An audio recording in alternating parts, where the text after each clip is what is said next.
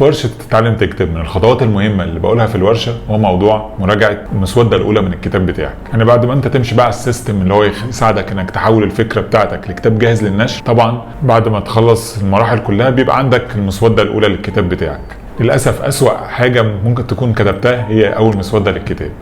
المفروض دي تعمل اكتر من مراجعه عشان تضمن بعد كده ان الكتاب بتاعك يبقى افضل كتاب ممكن وناس كتير تستفيد من الكتاب ده. الناس بقى ممكن تكون معتقده ان المراجعه هو ان انت بقى تعمل بس تصلح الغلطات اللغويه والنحويه، ودي غالبا ممكن حد يعملها لك. لا طبعا في مراحل كتير للمراجعه قبل المرحله دي.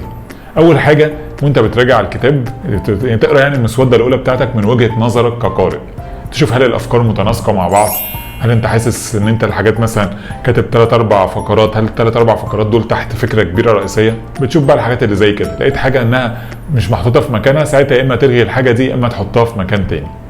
ما تحسش بقى ان انت بذلت مجهود في المسوده الاولى وتستخسر ان انت تلغي الحاجه، لان الكتاب بيبقى ناجح اكتر كل ما يبقى ملخص اكتر او كل ما يبقى مركز اكتر. يعني بدل ما تقعد تعيد وتزيد في نفس الحاجه، كل ما تبقى الموضوع مركز كل ده هيبقى نقطه ايجابيه للكتاب بتاعك.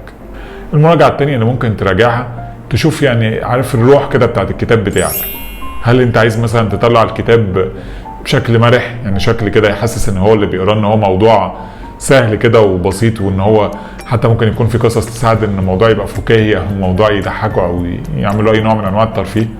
ولا هل عايز الكتاب بتاعك يبقى في شكل بقى فورمال وخطوات الناس تمشي عليها؟ طبعا الموضوع بيختلف حسب طبيعه العملاء بتوعك وحسب انت عايز تكتب الكتاب ازاي. لكن في المقصود في الحته دي ان انت في المرحله الثانيه تتاكد بقى ان الروح دي موجوده في الكتاب ككل، ولو لقيت فقره او شابتر او فصل معين مش فيه الروح دي تحاول تعدله بحيث ان هو يبقى متناسب مع الروح دي. بعد ما تخلص المراجعتين دول تشوف بقى المراجعه الثالثه، واللي هي بقى تشوف هل المواضيع مربطه ببعض ولا لا.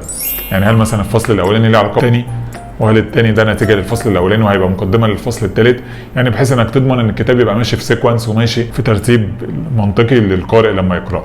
ان القارئ لما يحس ان كل موضوع مقدمه للموضوع اللي بعده، وان الموضوع اللي بعده ده يعني مبني على الاولاني، هو بينبسط بالكتاب اكتر وبيحس ان الكتاب ناجح وفعلا بيستفيد منه ويطبق خطواته. طبعا في مراجعات تانية كتير بنتكلم فيها في الكورس بتاع اتعلم تكتب، والمراجعات دي مهم جدا ان انت تعملها قبل ما كتابك تبعته للمطبعه او تطبعه بنفسك.